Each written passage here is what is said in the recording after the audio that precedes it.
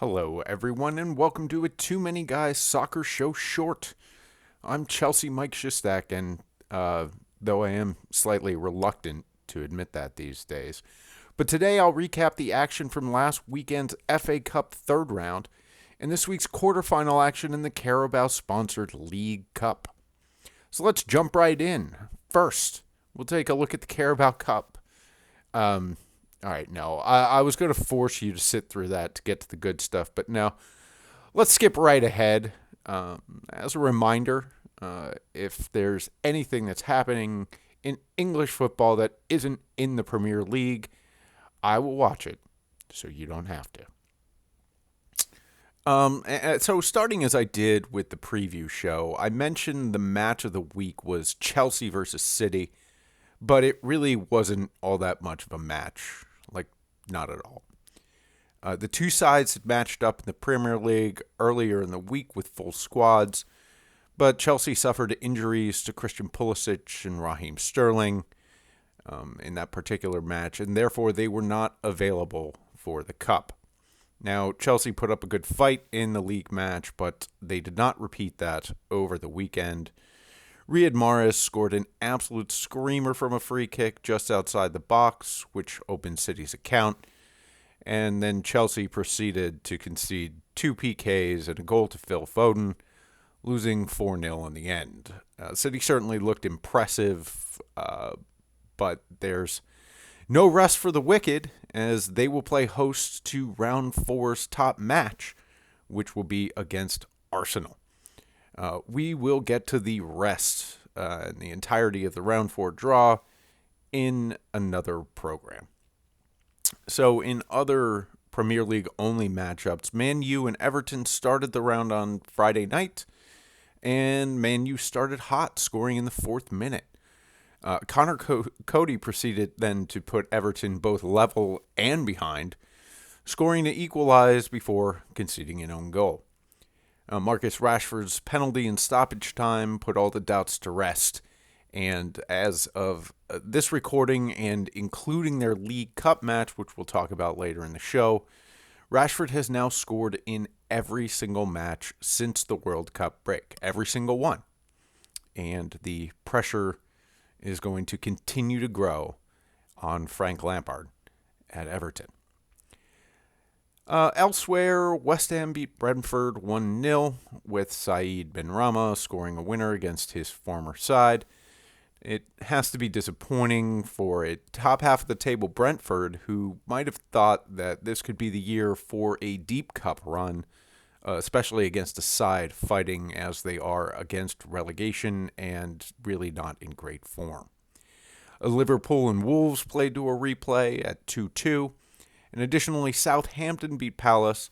Southampton are a great cup side, and it showed. More on that later. Geez, I keep referencing it. Maybe you do want to stick around to hear about the League Cup. I would encourage it. But we don't want... we don't watch the third round of the FA Cup matches for what we could see on Peacock on any given weekend, do we? No, absolutely not. The third round of the FA Cup is all about David taking down Goliath. It's about those little sides, down the table, down the pyramid, winning in tiny stadiums with pockmarked little fields against posh Premier League sides. That's the magic of the English FA Cup. Along those lines, the most surprising result of the round had to be League One's Sheffield Wednesday taking down Newcastle at Hillsborough. Now, if you're of a certain age, which is at least my age, there might have been a time in your youth where Wednesday in Newcastle would have been a Premier League match of the week. But Wednesday are now in the third tier of English football, while Newcastle are third in the Premier League. But this was a classic tale of squad rotation for a Premier League side locked in multiple competitions. Josh Windus scored a goal for Wednesday that might have been ruled offside had VAR been available at the grounds. And then Newcastle eventually started bringing on their regulars, but as they were doing so, Windus added a second. When Newcastle's regulars were fully on, they bounced back and quickly brought it to a 1-goal margin. However, Wednesday's Owls proved resilient enough to withstand Newcastle until the end and take the match.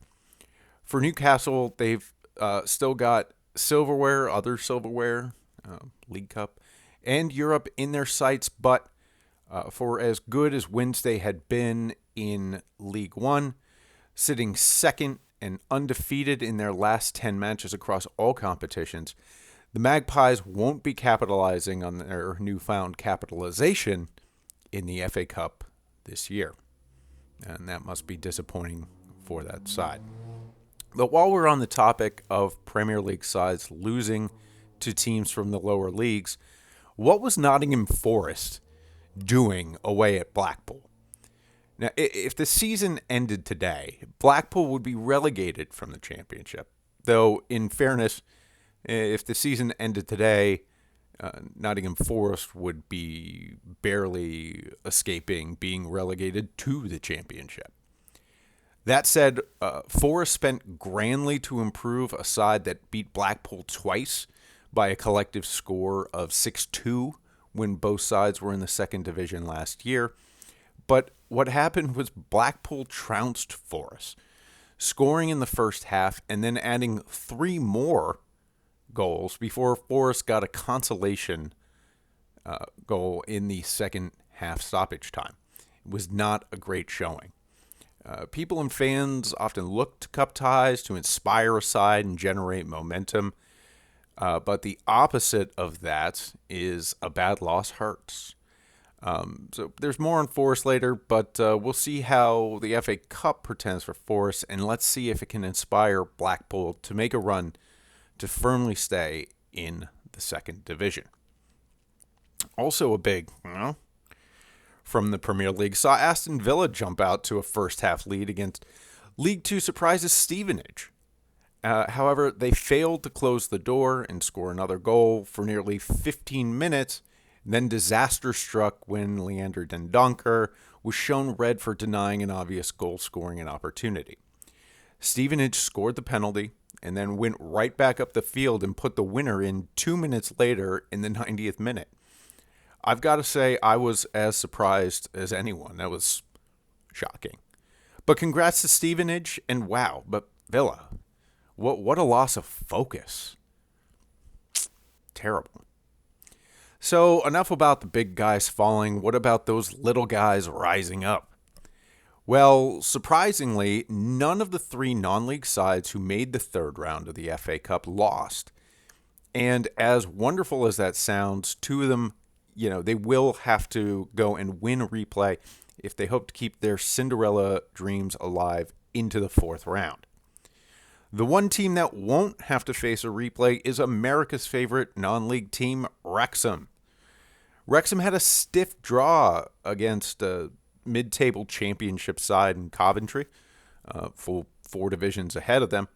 But I don't know, maybe it was the magic of the FA Cup, or maybe it was a desire to make their movie star owners proud. But Wrexham went up into the halftime, up 3-1, and then the match got wild. Wrexham made it 4-1 on a penalty after Jonathan Panzo handled the ball in the box and earned a sending off. 4-1 with the other side down to 10. Easy enough, right? Nope. Coventry chugged back into the match, getting into 4-3, but Wrexham did just enough to hold off the waves upon waves of attacks to move forward. It's a storybook story for a TV project come football club. And do I think that will be coming to small screens in your living room sometime soon? I certainly do. Good for you, Wrexham, and good luck in the next round.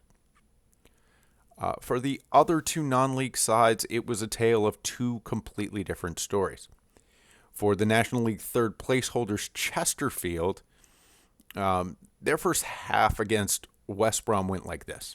They conceded early, then they leveled, then they went down before coming all the way back and taking the lead, and that was all before the half.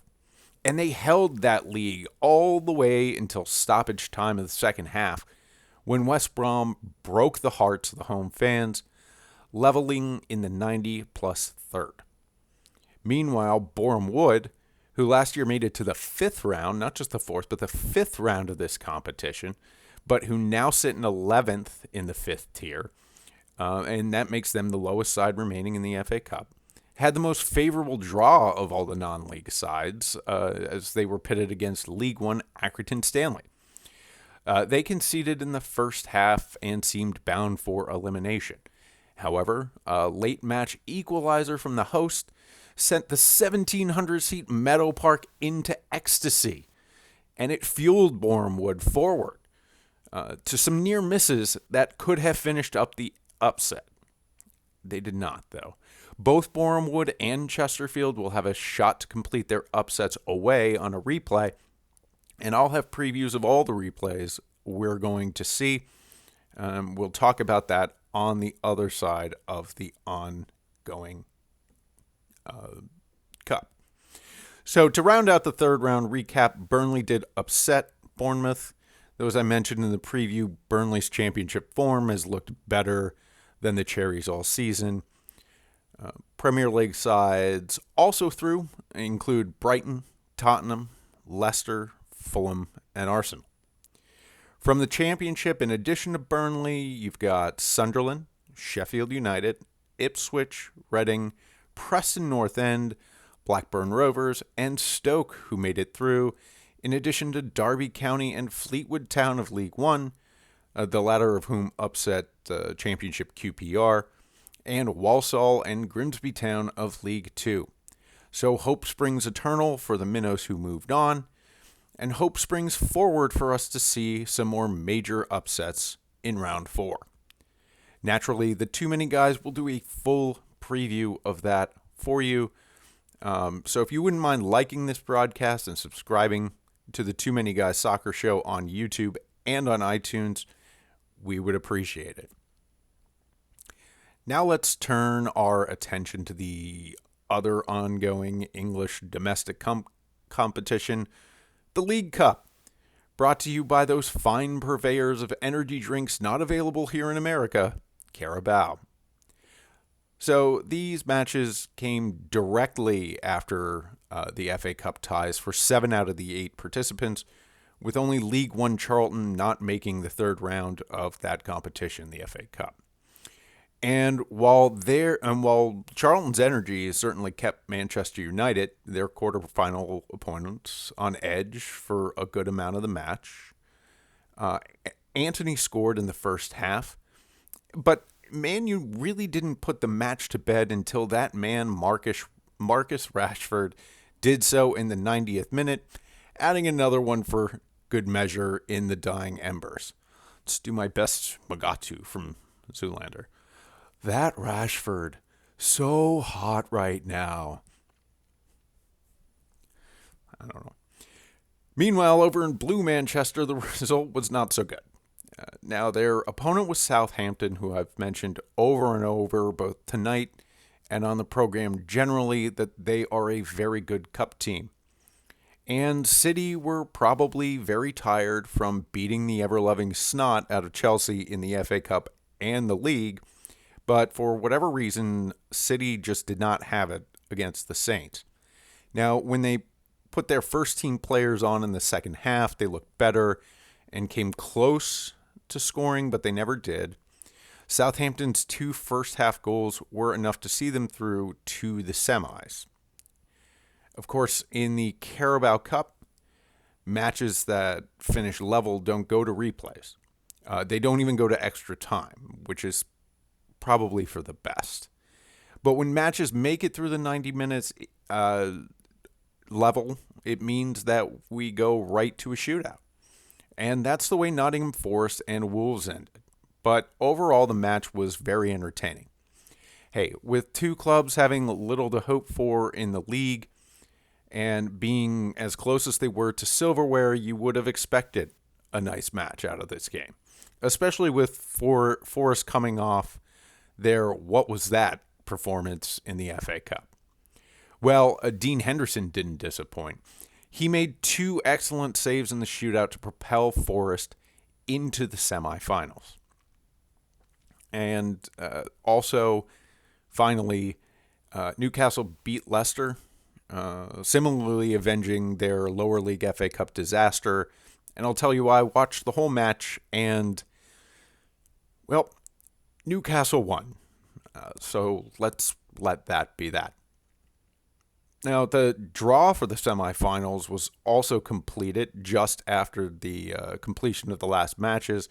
So let's just go ahead and do that preview right now. I'm not making another whole show for that. Now, the host of our main show, the flagship show, Mike, was very surprised to learn that Rule 3.3 of the English League Cup still provides for a two-legged semi-final. So each of the four remaining teams are going to get a home match. True, it seems completely unnecessary in this day and age, but those are the rules, buckos. Yada, yada, yada. We're going to see Man U and Newcastle at Wembley for this. The most joyous competition in all of soccer. I mean, joyless. Okay, Forest will take on United, and yes, they have little else to play for aside from avoiding relegation.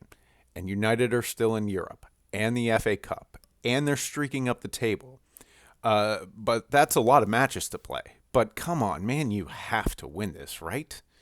And also, Southampton are a good cup side. But Newcastle haven't won a domestic trophy since 1955. They crashed out of the FA Cup, and they're tantalizingly close to that silverware here in the semis. So Newcastle and Man U, right? We'll see what those underdogs have to say about that. Okay, last bit of business for the program tonight. 5 FA Cup matches ended in draws, and 1 was postponed due to a waterlogged pitch. And that game will be also played in the replay round. These games are happening next Tuesday and Wednesday, the 17th and 18th of January. And to sum up the fixtures, I've already mentioned Liverpool Wolves went to replay. I said Accrington Stanley Boreham Wood and West Brom Chesterfield. In the lone Premier League replay, I kind of like Wolves. Liverpool have looked inconsistent, especially when they're rotating players, and they have a huge match against Chelsea on the Saturday next, not tomorrow from when I'm recording this, but after, with the loser officially being the most disappointing Premier League side this year, and Jurgen Klopp will have none of that, probably. Wolves have little else to play for. I wouldn't be surprised if Wolves surprised. And for the non-league sides, they're going to have to go on the road this time. And while Chesterfield have looked good in their league, winning 7 of their last 8 matches there, they lost in the FA Trophy to Colville Town of the 7th tier. And, Cinderella has to run out eventually. Same for Boreham Wood. They'll be traveling to the Hawthorns, so I don't really have high hopes for either of those sides. However, I would love to be proven wrong. It's the magic of the FA Cup. Finally, we have 6 championship sides, 1 from the Premier League, and our pod favorite, Forest Green of League One, whose ground was too waterlogged to play on when everyone else did. Forest Green take on Birmingham, and while the Rovers have not looked good at all in League One, what the hey, let's call an upset. Can't pick chalk all the time, right?